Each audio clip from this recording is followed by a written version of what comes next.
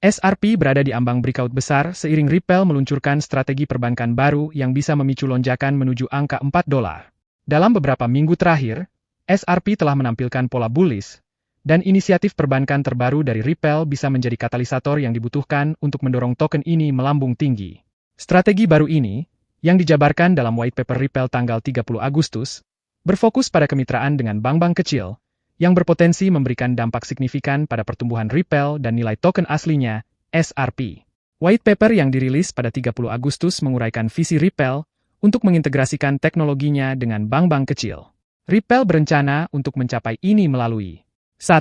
Pembayaran lebih cepat dan efisien.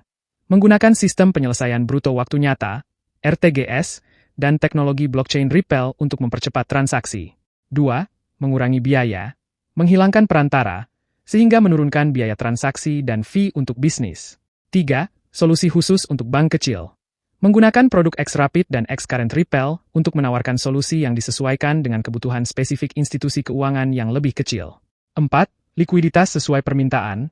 ODL memanfaatkan SRP untuk memfasilitasi pembayaran lintas batas waktu nyata, meningkatkan likuiditas. Inisiatif-inisiatif ini bertujuan untuk menciptakan peluang bagi bank-bank kecil untuk bersaing dengan raksasa industri.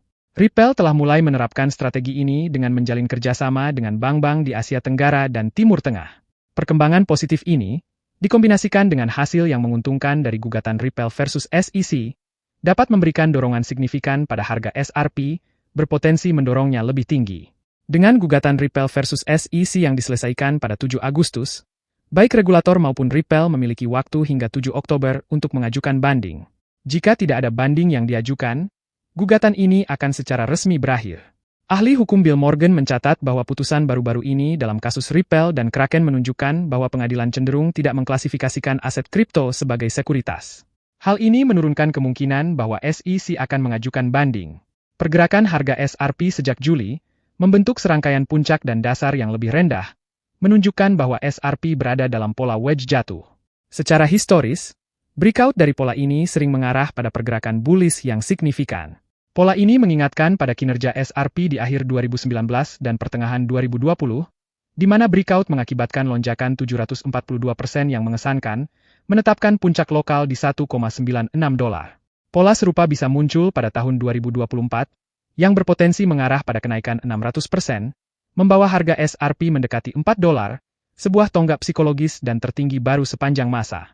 Yang lebih mendukung pandangan bullish ini adalah akumulasi SRP oleh para whale yang memiliki antara 100.000 hingga 10 juta token.